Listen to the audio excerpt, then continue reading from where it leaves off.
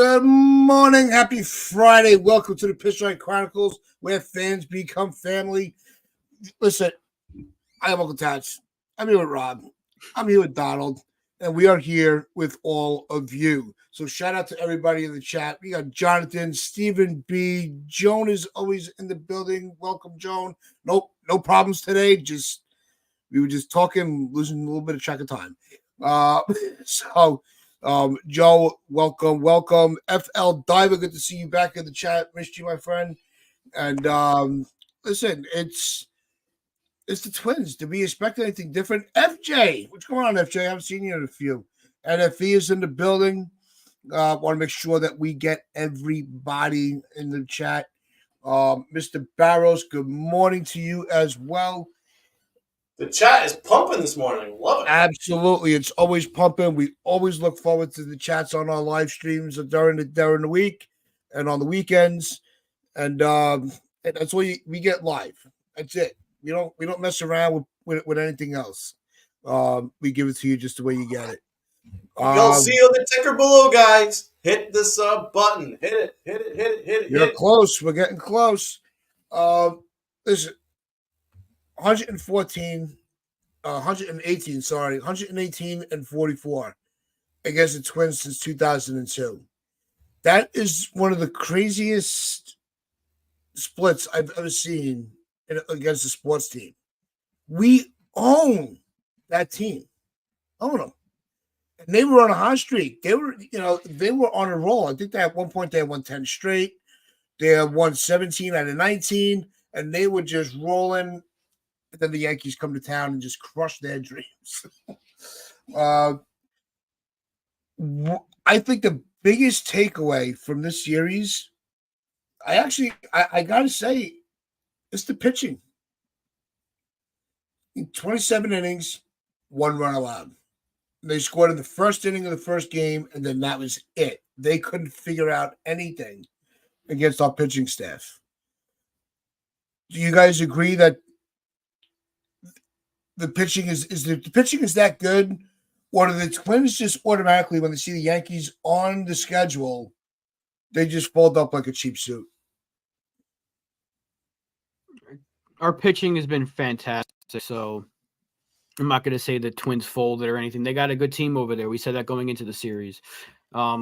Give credit to our pitchers. That's all it is. We don't gotta put them down too much. They're still a really good team. They're probably going to win that division.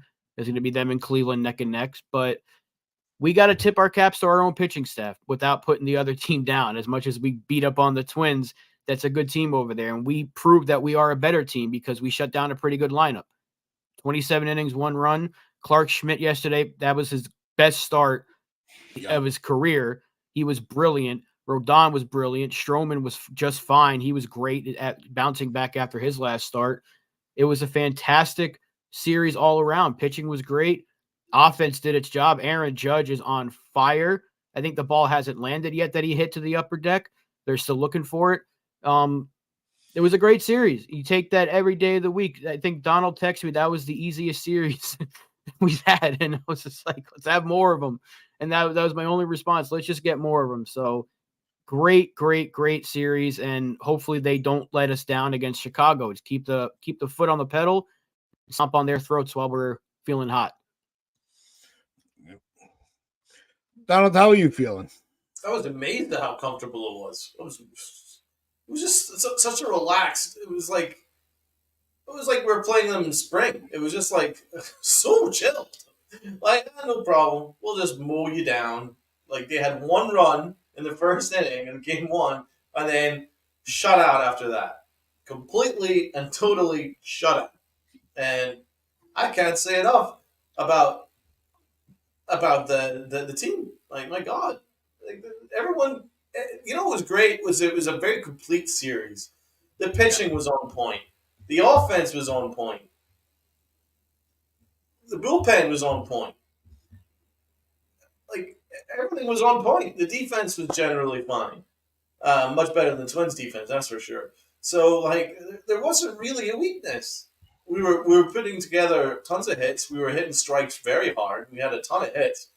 The only thing you could maybe complain about is the fact that maybe we didn't convert enough of those hits into runs. But I mean, it was still a very chilled, comfortable series where you never really felt, once you scored one run, it never really felt that there was going to be any issue winning that game because the Twins just looked like they were completely overmatched.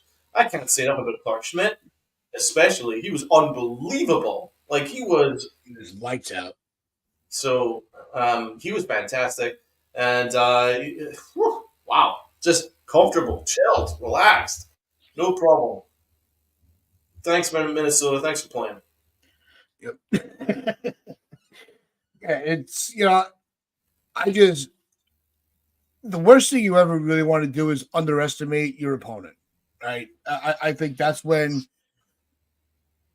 we always say the Yankees always had a habit of putting out bad lineups, against certain teams because they just, in the back of their heads, they're like, all right, we always play well against this team, so we're just kind of we're not gonna, not that we're not gonna try to win, but we're gonna give some of the other guys a shot to have their moment, and it never works out. I think that with this year, Bone ain't playing around. He's putting out lineups that are pretty, that are legit lineups. Even yesterday, you're like, all right, once I saw Grisham in the lineup, I'm like, really? He's a guy that I really just don't want to see anymore. Even though we don't, lucky enough, we don't see him a lot. But I know you got to give guys rest. And Dominguez is going to be on the way back. We talked about, the expectations of when guys are coming back on Wednesday's show, if you want to go back and watch that. But I think that it's going to be into those situations where beat the teams you're supposed to beat. Win the series. That should be the goal every time around. Just win the series you're supposed to win. Beat the teams you're supposed to beat. And that's why they have the second best record in baseball this year. You said it all off season. The way that last season ended had to be their motivation to say, you know what? We are the freaking Yankees, and nobody's going to run over us. We run over everybody else. And that kind of seems what they're doing this year. Yeah, they are, With man. the You're exception right. of the Orioles series. Bit of domination. Yeah. But and that's what we expect from this team. And this team is living up to our expectations with the roster that was put together. So I would challenge that say they're exceeding my expectations because we're doing this without Garrett Cole. Yeah. I mean, I think we all would have taken being like neck and neck with the Orioles, waiting for Garrett Cole to come back. And as long as we were winning enough games and still being competitive, we expected that. But to be 30-15, best record in the American League, biggest run differential, I would say that they've kind of exceeded my expectations. So, I mean, certainly there's a bunch of them that have already exceeded my expectations. I think Anthony Volpe is better than last year. Ozzy Cabrera is much better than last year. Rizzo's better than last year. And then Verdugo's much better than last year when he was in Boston. Both our catchers. Well, Trevino's much better than he was last year, so that's another thing. And Clay Holmes is like a different person. He's a different human being. Who is this man? I love this masked man, whoever he is. So, like, Clay Holmes is better. Like, you just run right through it, man. Like, they are exceeding their performance levels of last year.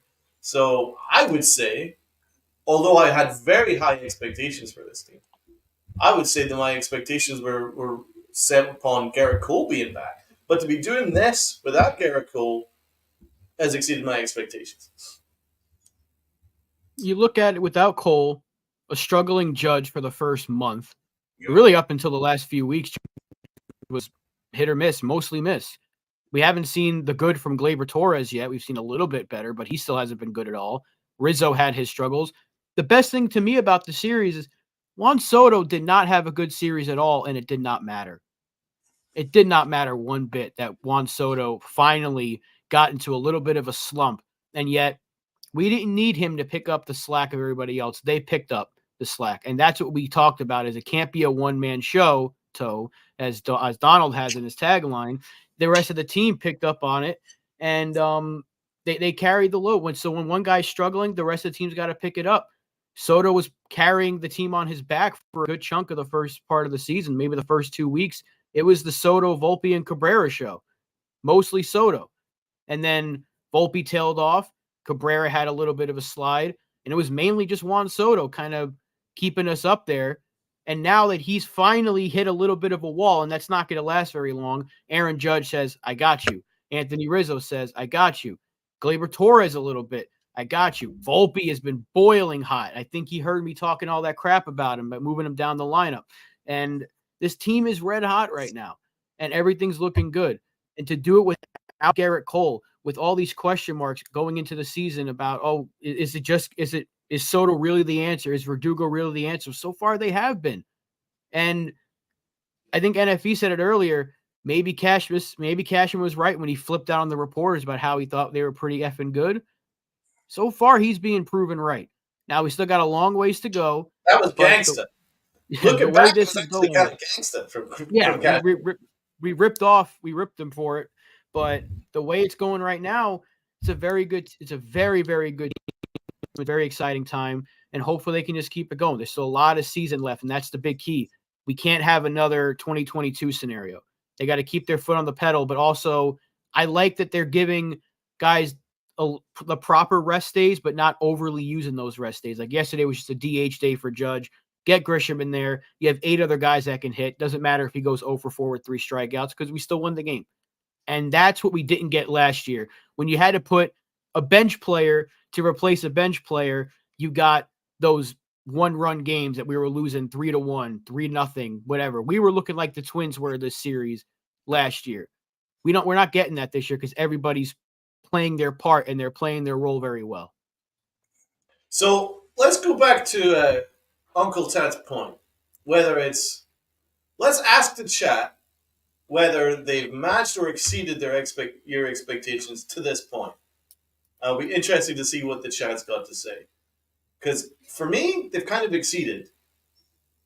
Rob, have they exceeded or matched your expectations to this point? Knowing that we've not got Garrett Cole. I mean, I still thought we were going to be a 100-win team. But for sure, I didn't explain. Once we found out Cole was going to be gone for a couple of months, I was like, all right, they'll probably hover above 500, just keep their heads above water. Yeah. The offense is good enough. But I was very questionable about the pitching. I did not think Clark Schmidt was going to be this good. I did not think Luis Heel was going to be this good. I thought he'd be fine, but I didn't think he'd be this good. The fact that 2 of our bottom of the rotation guys are pitching like Cy Young candidates right now, that's huge. So yes, they have exceeded my expectations. I agree. Tats. Yeah, no, when they made the trade for Soto, the expectations I think elevated for a lot of us. Yeah. Right. So I think we had very high expectations. Then when Cole came in, Cole went down, it leveled off a little bit. And then you're looking at the way the first month went with the struggles with the offense. I don't think there was one player on the roster we didn't have a day to criticize. And then when you look at where their record is and how everything is starting to come together, I think they're actually exceeding the expectations of the fans based on the timeline of how everything progressed. So for me, they definitely are exceeding the expectations. I did get a text from Spencer. What's going on, Spencer? I hope everything is still well for you. Because the Yankees have definitely exceeded the expectations. When Cole got injured, I could foresee the Yankees playing 500 ball and staying in the American League East race. But I did not foresee them winning at this clip. And I think a lot of us would agree with you on that, Spence. That's a very good point, Spence. I hope you're doing well, man. Let's have a look and see what the people in the chat have got to say. Stevie B, over-exceeded. I didn't think we would have this much wins due to schedule difficulty. Great point about the schedule as well. Matched up with the fact that we didn't have our ace, who just carried the team last year, and we're still doing this. It is quite remarkable. Donnie Clark says, Rob, I called it before the season that Smitty would have a really good year. FJ, I He's not the didn't only one. think- Sorry, Rob? No, I'm saying he's not the only one because LI Yankee King was saying that months ago that Schmidt was going to be his breakout pitcher. So, Donnie, you and LI are kind of lumped together right now, but I'm glad because both were right. I'd rather them be right than wrong. 30 wins. Yeah, June says exceeded pitching wise for me, for sure. FL Diver exceeded easily. So looks like they've definitely exceeded a bunch of our fans.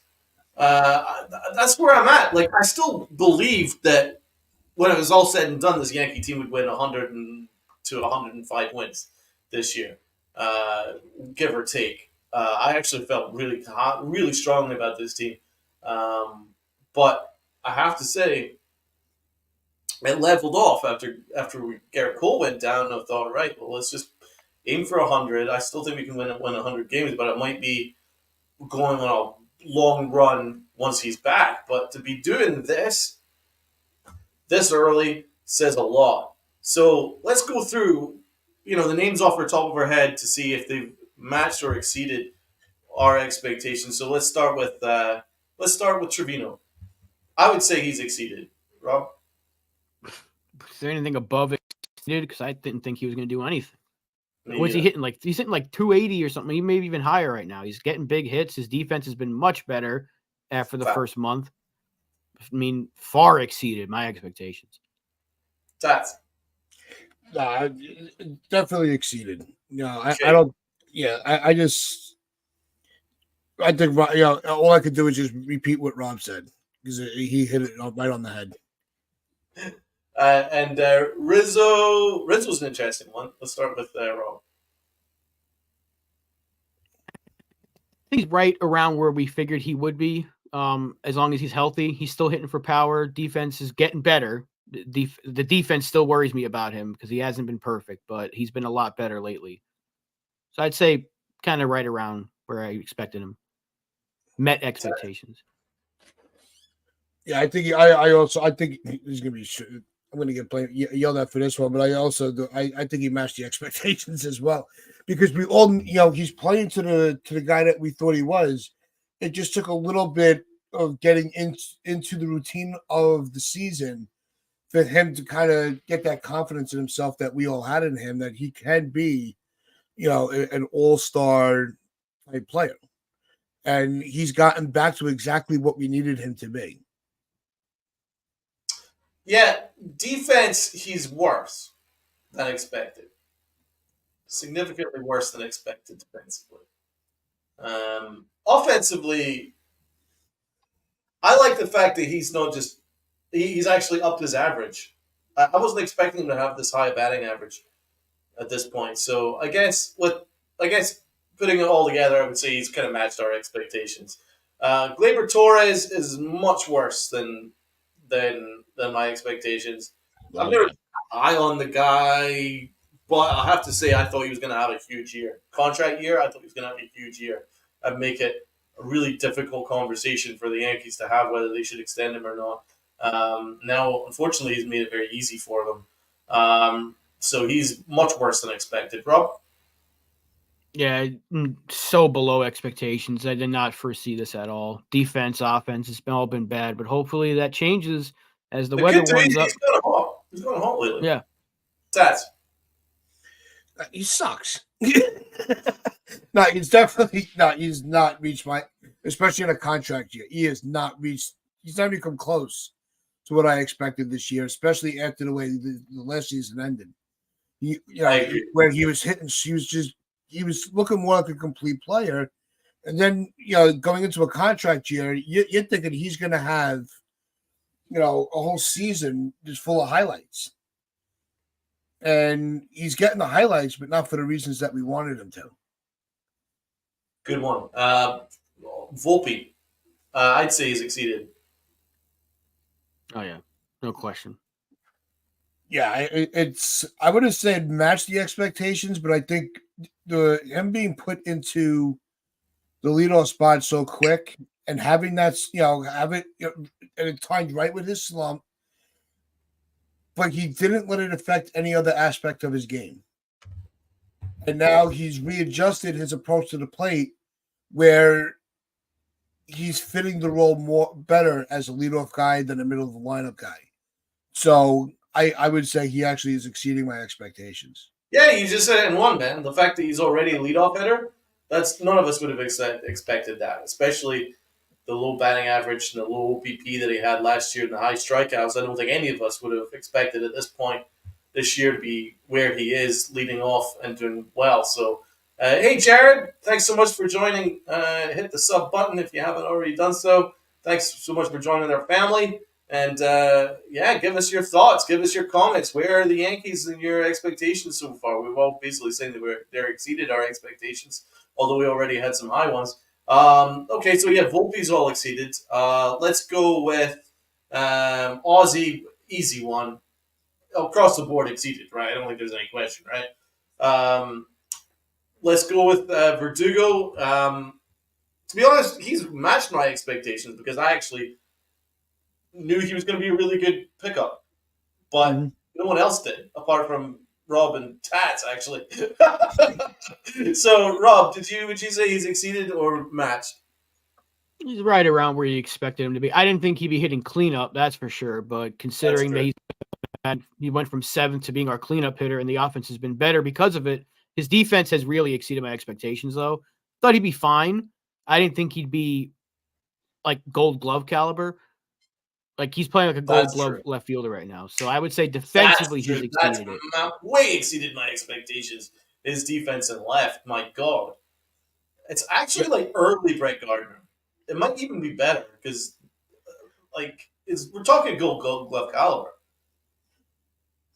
Yeah, I gotta say I think it's more of a slightly exceeded because this is what we expected to get from him. But I think what gives him the edge where the expectations, you're like, all right, I didn't see that coming, was the way he's a catapult in the locker room. And the way he's completely changed the dynamic of the vibe of the dugout and the locker room. So, yeah, Verdugo's been a phenomenal addition to this club. So good. Grisham, much worse, I think, across the board. I don't think any of us. I thought it was a really good pickup. I thought it was going to be like a low key, really good pickup, 4th outfielder guy who's going to really help. He's been absolutely dog water. So that's one guy who's not been where we expected. Aaron Judge. This is going to be interesting because obviously he started so poorly, but now he's like insane. Now he's unstoppable. He's like an assassin. So let's go with Rob. Where would you say?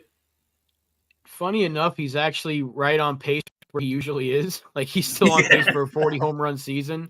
I mean, can I say if he's below expectations because of that slump? But this last like couple of weeks, he's put himself right back on his usual trajectory. So I guess he's met expectations, which is insane because he was pretty much unusable for the first month. That's how good Aaron Judge is. So anyone that doubted this man, anyone that doubted my goddamn captain, keep your mouth shut now because he's back. Goddamn captain is back. That's why he's the captain of this team. There's my mini rant for the day. To be fair, you're right, man. You're right. Yeah, he's definitely met the expectations. There's no doubt about it. Definitely met them. Even the slump aside, he's Aaron Judge. He's a rookie of the year, an MVP, a captain of the Yankees, which is not a title that's just thrown around. And even with his slump, he still rose to the occasions, in other ways. It wasn't affecting his defense. He's just really he's Aaron Judge. There's the expectations are always going to be high, and he's always going to reach them. Well, here's an interesting nugget. His OPS is already higher than Juan Soto. How is that even possible? I mean, Juan Soto started the year with like 1,100 OPS and was like hitting 3-run bombs like routinely, and looked like a locked-on MVP candidate. And just Aaron Judge in like 2 series has just gone absolutely insane. He's angry, he's pissed, and he's taking it out on every single pitcher. And I think now it was that he's ejection. Because how good Yeah. has he been since the ejection? That pissed him off. yeah, He's That mad. woke him up. yeah, he's now been unstoppable. Like he was literally impossible to get out this series. So yeah, I would say he's matched our expectations. Juan Soto, this is a good one. I mean, can we say that he's pretty much matched our expectations, or has maybe he's even exceeded? I knew he'd be like generational, but holy frick, I love him so much. So I would say I'm he's going to exceeded. say exceeded because he's got the Yankees rethinking their entire philosophy right now. Bingo. When was the last time they considered extending somebody in season? Cal Steinbrenner is on a Jack Curry podcast saying, yeah, we're probably going to have those conversations. Scott Boras is saying, I would love to talk to Hal. Juan Soto is saying, I am more than open to having conversations. Get this fucking deal done as soon as you possibly can. Do not let this man even sniff free agency. He needs to be a Yankee for life. He is proving to you exactly why you acquired him, exactly why he is generational, exactly why he needs to be in these pinstripes for the rest of his goddamn career. Do not let him go anywhere. And that's why he's exceeded. As good as he's been, he is making the Yankees rethink everything they have been doing for decades now. They don't extend in season. Juan Soto is making them change their mind. Get it done. Do you know? And just to piggyback off that, Juan Soto changed the Yankees' philosophy in managing series and managing games. Now they're managing games to win. Instead of managing games for the future, they're actually managing this game to win every single day. And I think Juan Soto has a lot to do with it. Juan Soto plays every day. Thus, the Yankees have a whole lineup that basically plays every day. I think Juan Soto has a lot to do with that. Rob, you nailed it, man. That's so factual. It's crazy facts right there. So salute to Rob because that is spot on, man. He's rethought not only the Yankees' thoughts about extensions, right? That's one thing. But the way they're managing series to win now. And Juan Soto has a lot to do with that. That's a great point. He's exceeded my expectations too. Let's get to the pitching. I think the pitching is straightforward. Clark Schmidt has all exceeded our expectations. Don't think we need to mess around with that. Luis Gil. I love this man, but he's exceeded my expectations. Taz. Oh, and coming off the surgery and the way he's been pitching, definitely exceeding the expectations. Yeah. No, I thought he'd be your traditional number 5 type of pitcher. You know, five innings at a clip. You know, high 3 ERA. You know, but he's a low 4 ERA is usually where you'll see a fifth starter. But I think that he has definitely shown that they made the right decision. He didn't make them regret picking him over Warren after spring. So he's definitely exceeded my expectations. Yeah, I mean, I was beating his drum since day one, as you guys know. Even during spring, I was beating this guy's drum. I was like, allow him to start because this guy is going to blow you all away. I'm pretty sure I had him as our underrated kind of prospect that's going to take off this year. So in that respect, I would say that he's kind of matched my expectations, but he's even been better than that, man. He's just been great. So Rob, what do you say? Yeah, I was right there with you because all offseason we had a lot of people saying, I want to see Heel closer. He needs to be the closer. And I was like, let the kid start. Because we saw 3 years ago that he had really good stuff. He needed to work on the command a little bit. And an unfortunate injury took 2 years off his career. Let the kid show you what he can do. And God damn, I'm gonna ban him. But threw me offline. He's been great. He's been really, really fun to watch. And I'm glad that they didn't listen to certain opinions about he needs to be a closer because he's showing you why exactly you don't give up on a starter just because of an injury. He's been fine. He's been better than fine. Thank God they gave him that shot because it didn't hurt him as people said it was going to do. They said putting Heel, one person said it, putting Heel in the rotation is going to hurt him. It's going to be a disservice to him. It's a way to kill his confidence. But I was like, how is that the case? He's been outstanding. Thank you, Luis Gil, for proving a lot of us right. Yes. No, I wasn't sure about him as going into the spring. The off season, I was one of those, and I'll admit, I thought he, to limit his innings, I would have brought him back into the pen. But kudos to Gil, because he did, like you said, Rob, he shut a lot of us up with the way he's been performing. Let's quickly run through Stroman and Rodon. Where are we with those guys? Stroman, I would say he's exceeded in many ways. Just the way that he's been as a teammate as well. Like, he's just been like he's suited the pinstripes, like he's fed in the pinstripes like a glove. It's just like it's felt like he's been there since like day one. So I would say that the way the media portrayed him, especially in New York, was completely unfair. This guy is a absolute consummate professional and teammate. So I would say that he's exceeded my expectations in regards to that. Performance-wise, it's pretty much what we would expect. But putting the whole package together, I would say he's exceeded. As for Rodon, I mean, it's hard not to exceed from what he did last year. Let's start with Rob. Yeah, Stroman's been just exactly what you'd expect. You knew he wanted to be a Yankee. All those reports from a few years ago that he said it wasn't true. Oh, I never wanted to get traded to the Yankees. It was, because look at the way he's responded the second he went to the Yankees. In all the throwback hats, he's wearing a throwback World Series shirt every single game in the dugout. He's the first one out of the dugout to congratulate teammates every single time. He wanted to be here, and he's pitching like it too. He's been exactly what you'd expect. Mid-3 ERA, gets a lot of ground balls, not going to get a ton of strikeouts, and he's going to keep you in ball games. That's what he's done.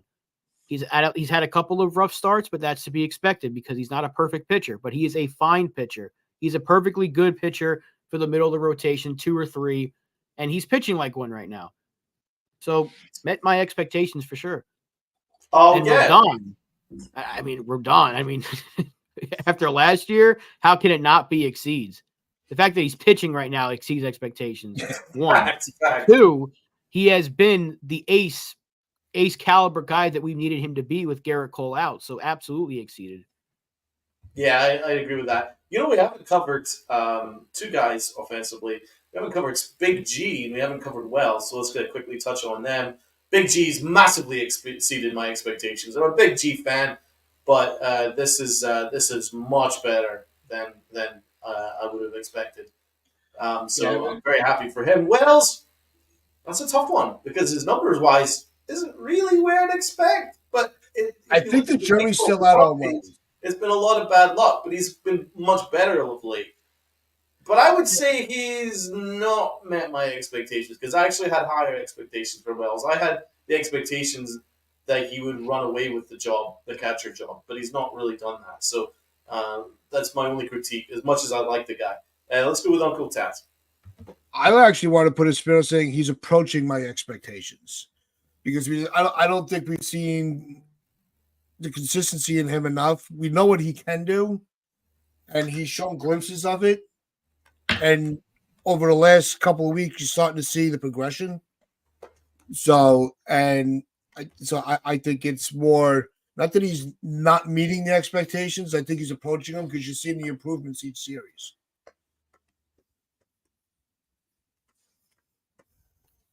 What about Stanton?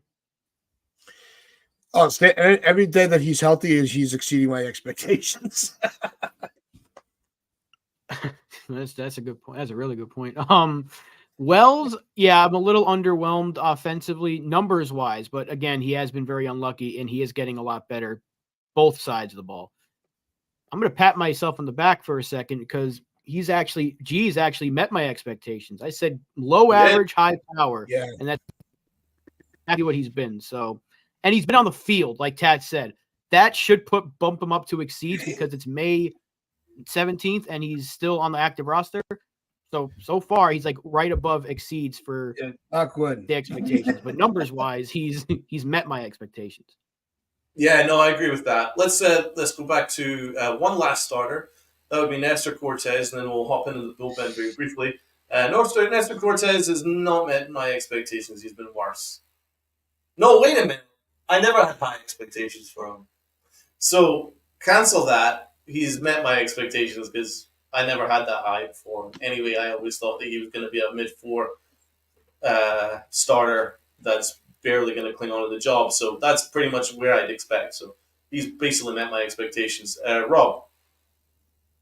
I think he's been just fine, actually. I know he's had a couple of bumps in the road, but if you would have told me that Nestor Cortez would be slightly above 4, I think he's still above 4 ERA wise, I would have been like, all right, that's a number 5 starter right there. So I think he's met him. I think he's been just fine. I didn't think he'd be Cy Young Nestor from 2 years ago, or All-Star Nestor, I should say. But I thought he was going to be a much better pitcher as long as he was healthy. And he's been healthy, and he's been giving us length. I think he's been just fine for a back of the rotation kind of guy.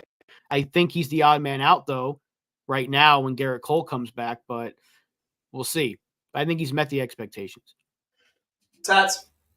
Yeah, I think you know what? I think that, and we went over when the season was starting, having him as the opening day pitcher, I think shifted everybody's expectation because we weren't we expected him to be a bottom of the rotation guy, or mid, to give him we'll give him a little bit of credit for what he has done. This is not a guy that usually you see the opening day pitcher, that's your ace. He's not the ace. This is he's going to have a lot of ebb and flow in his pitching regimen and on his his stat card. You're not going to get a dom. I think that he had that one career year where we were all saying he deserves to be in the Cy Young contention, but he has not even come close to getting back to that. It was just he just had one of those seasons where it was just clicking for him. He hasn't been able to recapture that. So I did not have high expectations going into this year. Just get us to the next game. Just keep us in the game is all I asked, and he's done that. Okay. So let's get into the bullpen. Clay Holmes, my God, this is a different human being. This guy is now the best closer in baseball, and I was debating whether he should be a closer at all. So he's massively exceeded my expectations. As I say, he's currently the best pitcher in baseball in terms of ERA. Who's for people that have qualified for an ERA at this point, 0.00, remarkable. So he's exceeded for sure. Rob. Yeah, Clay Holmes for sure has exceeded. I didn't think he would be this good, but he's been absolutely lights out. I think overall, because I don't want to list every single bullpen arm because we've had several of them, the only one that I think has not met my expectations is Ferguson. Everyone else has been exactly what you'd expect them to be. Even Dennis Santana, because there was really no expectations for him. Although I would say that Weaver has exceeded. Yes, you're right. Weaver's been fantastic. For $2 million, he's looking like one of the best relief pitchers in baseball right now. Yeah. Yeah, I think the bullpen has actually matched my expectations. But Holmes has exceeded them. He's in the stratosphere. And I did listen to you, Jacob. You're right. It's no longer a one-man Soto. It's still a Soto, but not a one-man Soto. So I agree with you, Jacob. You're right. Yeah, we knew this bullpen was going to be legit. We knew they were going to be able to. LA Yankee King, the legend returns. How's it going now? But I think Holmes is. If anybody that says that this is what they expected, they're freaking lying here. Nobody saw this coming. This is he's just as important to these wins as the starters, and the meat of the lineup. He's been a major cog on the wheel of why this team is where they are. Yeah, I don't think anyone would have predicted a 0.00 ERA at this point. Good point about Frederick. With Frederick by Poteet, I agree that Poteet exceeded our expectations for that one start.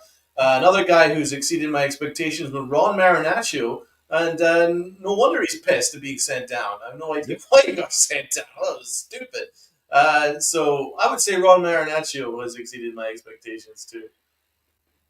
Yeah, Yeah, he'll be back sooner than later, hopefully. It's manipulation of the options. I hope you're right with that one, Li. I really do. By the All-Star break, that'd be fantastic. If we get news about Soto, that'd be something to celebrate, man. I hope you're right. What I think will happen is I think by the All Star break, I think Brian Cashman will sit down with his representatives, right, and I think he'll pave the way towards a contract in the offseason. I think that's how it's going to be. Um, because that's how they managed to pull off the trade for Juan Soto in the first place.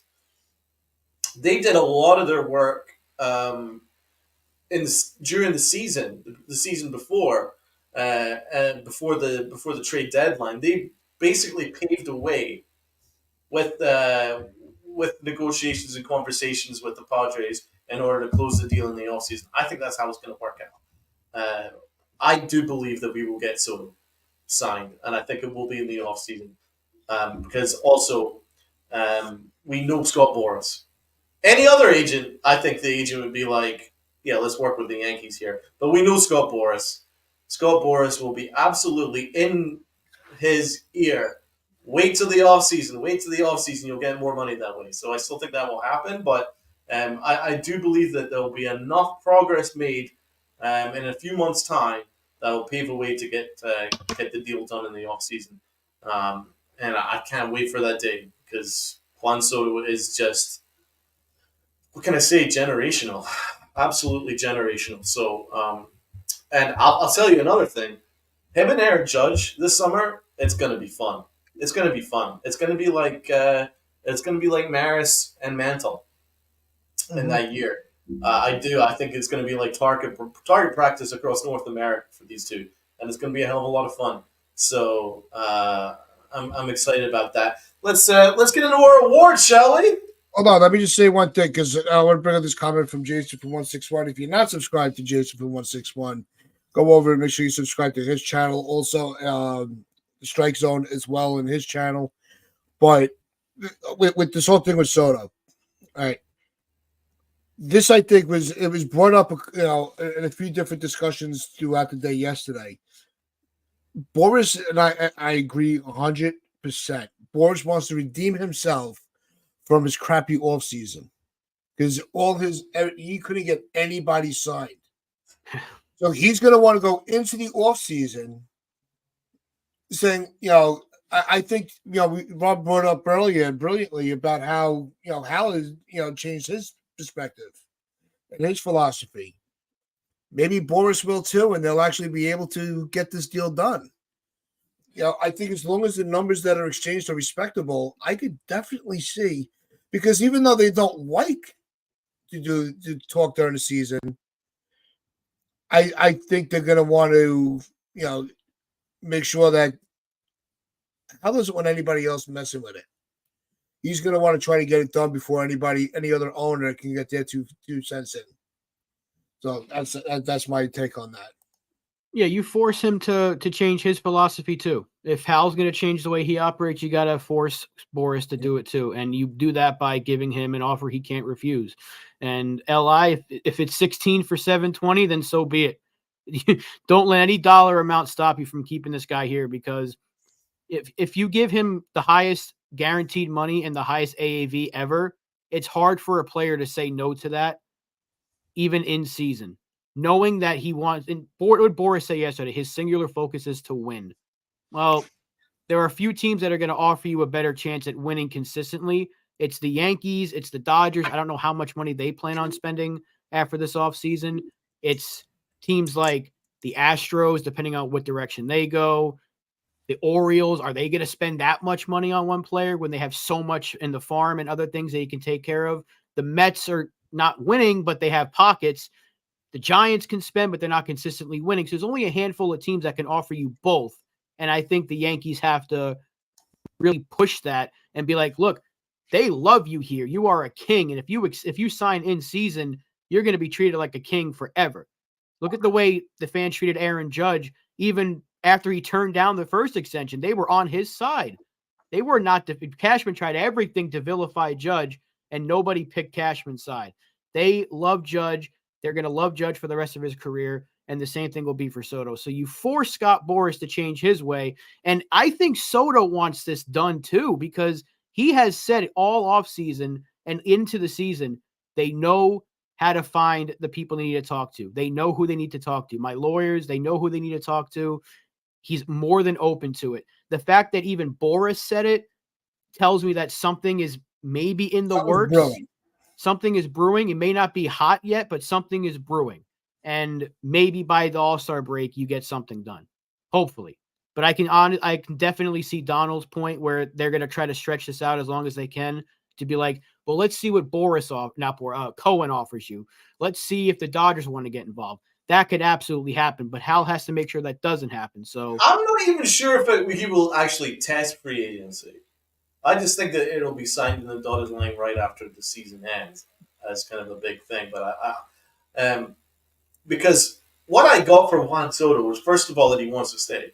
I've said it all along. The way he talks says to me he wants to stay.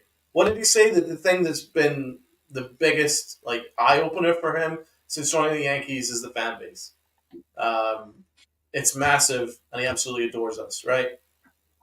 That says to me that he wants to stay. Right. The fact he's open for conversations is good, but he's always made it clear he is just focused on baseball. He is only focused on baseball. I don't think he wants to get involved in the contract negotiations just yet. And he is going to be busy all year long, people. So that's why I don't think that he's going to necessarily sign before the end of the season. He's going to be front and center during the All-Star festivities. Okay, he will. He'll be an All-Star starter, right? So he's going to be busy during the All-Star break.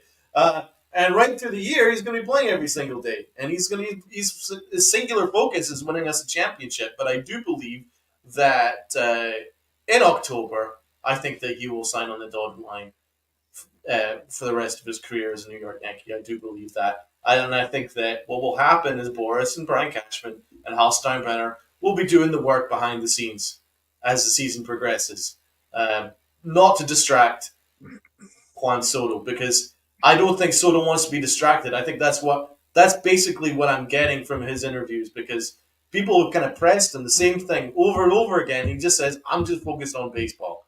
I want to win. I'm focused on baseball. And it was very similar to the way Aaron Judge handled it as well, guys. Do you remember when that whole Aaron Judge negotiation, he was like, I'm not going to discuss during the year. I'm focused singularly on baseball. And then he went on to have one of the greatest seasons of all time. I believe that will be a very similar case. I don't think he's going to be distracted. But unlike the Aaron Judge situation, I believe that Soto will sign earlier than Aaron Judge did. And I don't think there will be any worries like John Heyman saying he signed for the Giants or whatever. I don't think any of that's going to happen. I do believe that Soto's going to sign here long term, but I just believe that it'll be once the final pitch is thrown in, hopefully after 28. Yep. It's as the talks progress, as more information comes out, we'll definitely continue the discussion at that point. But it is time for everybody's favorite segment on the Pinstripe Chronicles. It's time for our series awards. Yeah, let's not completely discredit Brian Cashman, man. Let's do that, because there's one thing that what Hal Steinbrenner said was, this is a unique situation, right? Now, do you think that Hal just said that at the top of his head, or do you think it was actually fed to him by the baseball people? This situation is very, very unique. Soto is unique. Brian Cashman worked day and night to bring in Juan Soto. He's been trying for years to bring in Juan Soto. You think that he wants to let Juan Soto walk away? Not a chance. So let's not discredit Brian Cashman, man. Let's not do it. What do you guys think? No, I think, you know what? Now that it reminds me when he was with Washington, the Yankees were aggressive in putting a package together. The Nationals just turned it down. And I wonder what they would say now if they still don't want, if they still think Dominguez isn't going to be any good. Because that was the player that they were skeptical on. So we could have already had him. before he went, got traded to the Padres. So we see this a lot when the Yankees have their eyes on a player. 99% of the time, they're here. Rob, what do you think? I mean, it can't. It's not going to just be Hal. Cashman has to be involved. But reportedly, it was Hal that okayed Thorpe and King both going this offseason. I think Cashman didn't want to give up Thorpe, from what we were told. Again, who knows what was true this offseason, who wasn't. And yeah, Li, they didn't like Volpe or Dominguez. It was both of them, actually. I think it was more Volpe because they weren't too high on him, but I don't know if Dominguez was even involved. Again, who knows what's real and what's not anymore? The reporting's been so atrocious these last few years, but let's not go into the past. There's no point in that anymore. We have him now, and we're going to keep him for the rest of his career. That's my hot take. And I don't think it's a hot take. It's my prediction. But yeah, let's talk awards now.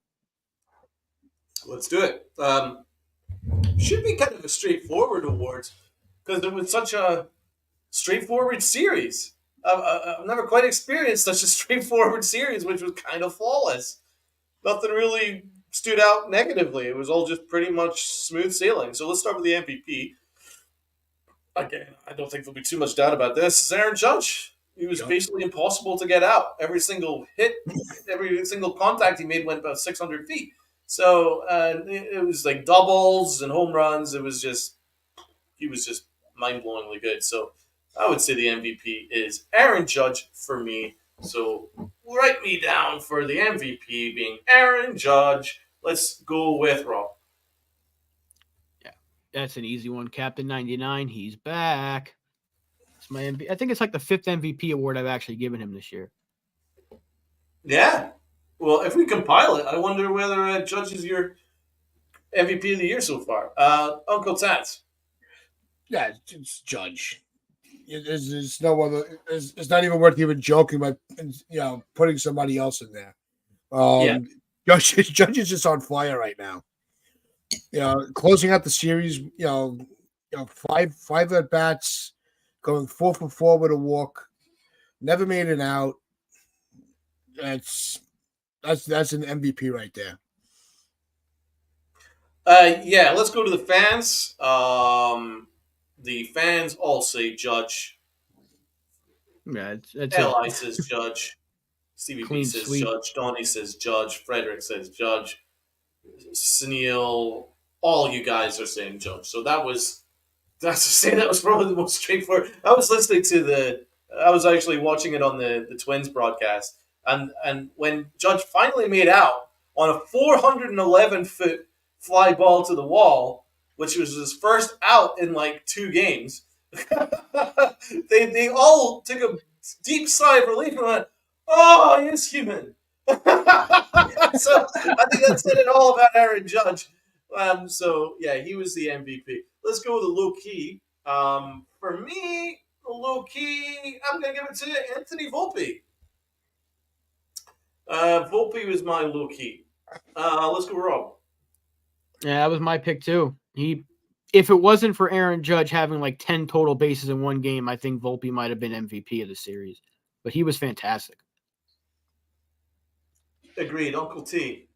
Yeah, no, definitely Volpe. Judge's game yesterday kind of gave him the edge with the going 4 for 4 with the walk. Let's go with the fans. Let's see what the fans have got to say here. Frederick says Volpe. Li says Volpe. Jones says Volpe. Your dad says Torres. That's an interesting one. It's not a bad shout, bro. Not a bad shout. You had a good series. I have to say. Solid series, I have to say, grudgingly. Loki, Sneal says Healer Rodon, but I think overall it's pretty much locked in. All the people in chat, 99% of them are all saying Volpe, so Volpe wins the Loki MVP. With the fans, let's go with the Clutch Award. Let's start with Rob, because I need help with this one. Yeah, me too. It's like it's hard to think of like who was clutch because we were kind of in control the entire way through. So does the award just go to the Yankees because they didn't look back? I mean, who scored? Maybe you can go to that second inning of the first game where we took a 2-1 lead. And then Back. I guess the second inning of game one is the clutch award because we didn't lose a single inning from that point forward. So I guess the second inning of game one is my It's like clutch winner. Didn't Stanton get a big RBI and a big? There was like a sac fly in there. I can't remember exactly how we took the lead, but I mean, the whole team really just came up Rizzo, from that I second know that inning. Rizzo stepped up. He had a good game, and I'm pretty sure Stanton got a couple of hits with runners in scoring position because he always does. So my clutch award's actually going to go to Big G because he got a couple more hits with runners in scoring position. Rob, you're saying the Yankees in general? I'm gonna give it to Volpe, who took the lead in this. It was we'll look back at it. Volpe doubled. Well, I'm just gonna give it to the team. No, because I'm not gonna give Volpe 2 awards. Just the entire Okay. team. Yeah, I think the Yanks is pretty fair, to be fair, because it's hard to single everyone out. Let's go, Uncle T. It really is. But I wanted to make sure. I wanted to give the award to at least somebody. Yeah, I agree. I have my clutch award as Weaver. From out of the pen. You had 2 games in a row. We had to pitch 2 innings, and just kept it shut down. Kept the Twins in their place like we always do. So I went with Weaver for the clutch award. Yeah, that's a good shout, man. Jay says Matt Blake. Frederick says the team. Barrow says Schmidt. We're getting all kinds of different ones. Stevie B says Judge. There's not a consensus. There's one for Volpe in there. The one's for the pitching. Schmitty gets one. So everyone is just. How about mixed. we just try to pick our favorite? Because that's kind of. I like Jason's. I really do. The Matt Blake one is a really like really that good one. take because the entire You know pitching what? staff was phenomenal. I will say that the clutch award probably should be Clark Schmidt. Did anyone see 8 innings? Shutout. That's probably my favorite of the comments. Because that was kind of clutch. But it's open to interpretation. That's the award then, open to interpretation. Because we can't pick it. We're just going to say the Yankees. Just put insert name here. It'll work. Next on it, we're just going to put the Yankees. Although Just put Steele yes. says Schmidt for sure. I'm changing mine to Schmidt. There we go. Li comes round on his big return. The prodigal Li comes back and he wins the award that I was thinking of for him. But clutch awards now.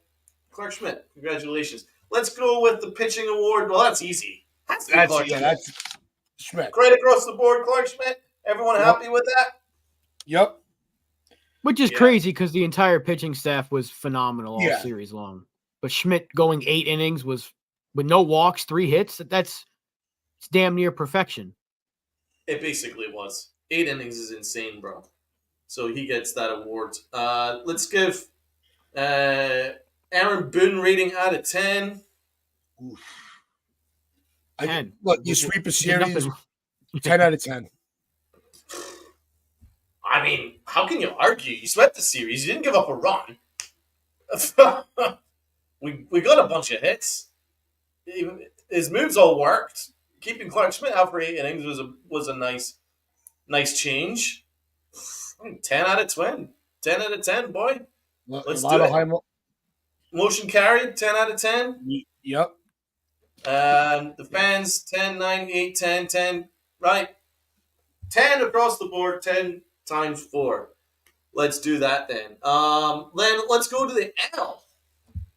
To be honest, I don't think anyone deserves the L.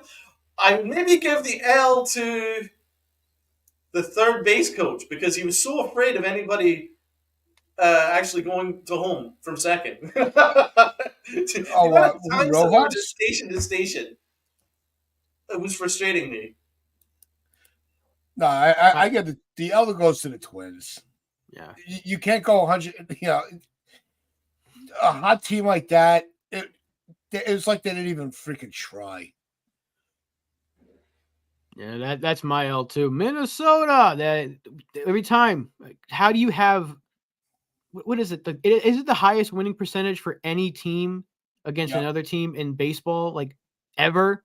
Ever. Yeah, the Twins got to take that L, man. The fans, LI says the Twins, Twins defense. in general, the Twins defense actually, Twins center fielder. Fielder. Same situation says Grisham. That's a good shout. Grisham sucks, but he only played one game. I'm sticking by the third base coach because there was a number of times where we could have actually ran home, but it was just so station to station. It was first. Look at the amount of hits we got and in comparison to the amount of runs that we scored. It wasn't that like we had like 12 to 13 hits and we only scored like 3 or 4 runs. I think we could have probably been a little bit more aggressive on the base paths. Am I being harsh, or did you see the same thing? No, I agree with that. But okay, yeah, I don't know why. I don't know why they kept putting the stop sign up. I really don't. Yeah, that's what I was thinking. But like for instance, there was a couple of hits like Stanton lined a deep single, and then we just stopped the guy at third, and I was like, "Come on, we can't score." There was a bunch of times where as if like we need to read the ball better off the bat. That's my general takeaway because we're getting these hard hit singles, and it looks like our guys aren't reading the ball necessarily off the bat. They look like they kind of run backwards a little bit. It's like they're a little bit unsure. I think to be a little bit more aggressive on the base paths, but that's being overly critical. You know what? I'm gonna give Rojas the Prick Award then. He's getting the Hicks Award for fucking up everybody's stat line. Well, let me get there. Jesus Christ. All right, so I think the fans basically said the Twins defense, right? So they're getting the L. Now the Aaron Hicks Award. Now for those who just joined us, Aaron Hicks Award is for the worst of the worst. The worst of the worst of the worst of the worst. And that's how I view Aaron Hicks. So Tats has already put his forward. You're saying Rojas. Yeah, you messed up everybody's stat line. The numbers could have been a lot better. So yeah, I'm not a big fan of Rojas. I have to say, as the third base coach, I think he's a good coach. But yeah, third base coach is a little bit iffy for me. Let's go with Robinho.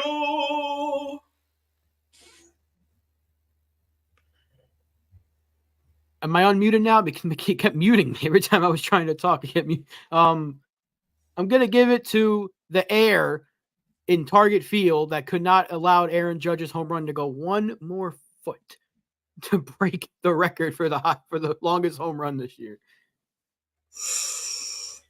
Okay, so the air. The air. That's interesting. The air. yeah, and if anybody's watching these awards for the first time, it is not delegated to players only. Anybody could be blamed for anything. Mine is simple. Castro. Because he actually must be Aaron Hicks incarnate. That brother is the goofiest center fielder that I have seen in a long while. Like, he is straight up, flat out goofy. Castro. I mean, Castro is so dumb that Dumb looks at Castro going, damn, they make you? Because he was so goofy out there, bro. He was taking every wrong route. He was falling asleep. What about the time when the runner was in third with less than 2 outs and he thought it was 2 outs? So he caught it. It was like, well, that was fun. Yeah, let's run back to the dugout. And then the Yankees were scoring. And then he's like, oh. I mean, if that doesn't say Aaron Hicks, nothing does. That was straight out of the Aaron Hicks book. It's like we know that Aaron Hicks came from the Twins, so I think the Twins must have that Aaron Hicks DNA in them, because Castro it must be related to Aaron Hicks in some respect. They must be like long lost cousins or whatever it is, stepbrothers. They're like stepbrothers, the two of them. Are we like friends now? It's like that's that's the two of them. So for me, Castro runs away with the award. He was the goofiest center fielder I've seen. Honestly, he's Aaron Hicks' stepbrother. So the Goofy Award, the Aaron Hicks Award, the You Are Ridiculous Award goes to Castro of the Twins. Let's go to the fans. Let's say. Let's see what the fans have got to say. And I'm going to go back to Rob. You still comfortable with the air, or do you believe that Castro probably? You still comfortable with the air? No, I'm going into the air. Let's be weird. We didn't have a lot to complain about this series, so I'm going to complain about the air. Okay.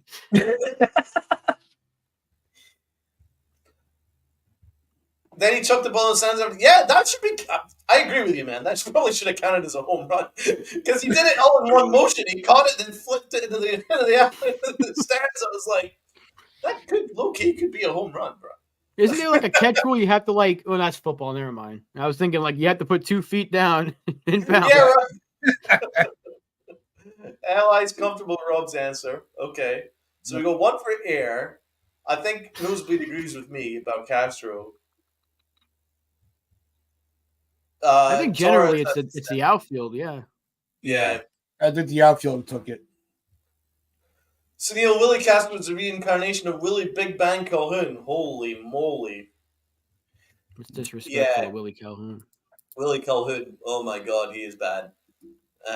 So, yeah, it looks like, well, should we say Twins defense gets the Aaron Hicks Award from the fans? Looks like it. Yeah. But salute to my brother here, Nosebleed, for being the same wavelength as myself, because Castro was one goofy mofo. Right, that's our awards for today, I do believe. Yeah, and that's going to wrap up our show.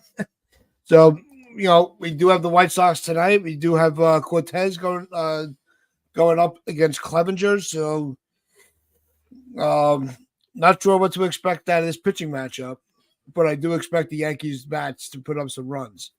So hopefully, back home, at the homestand here, Soto kind of between Soto and Judge, the two of them get back into that Mantle Maris tandem that we've been referencing.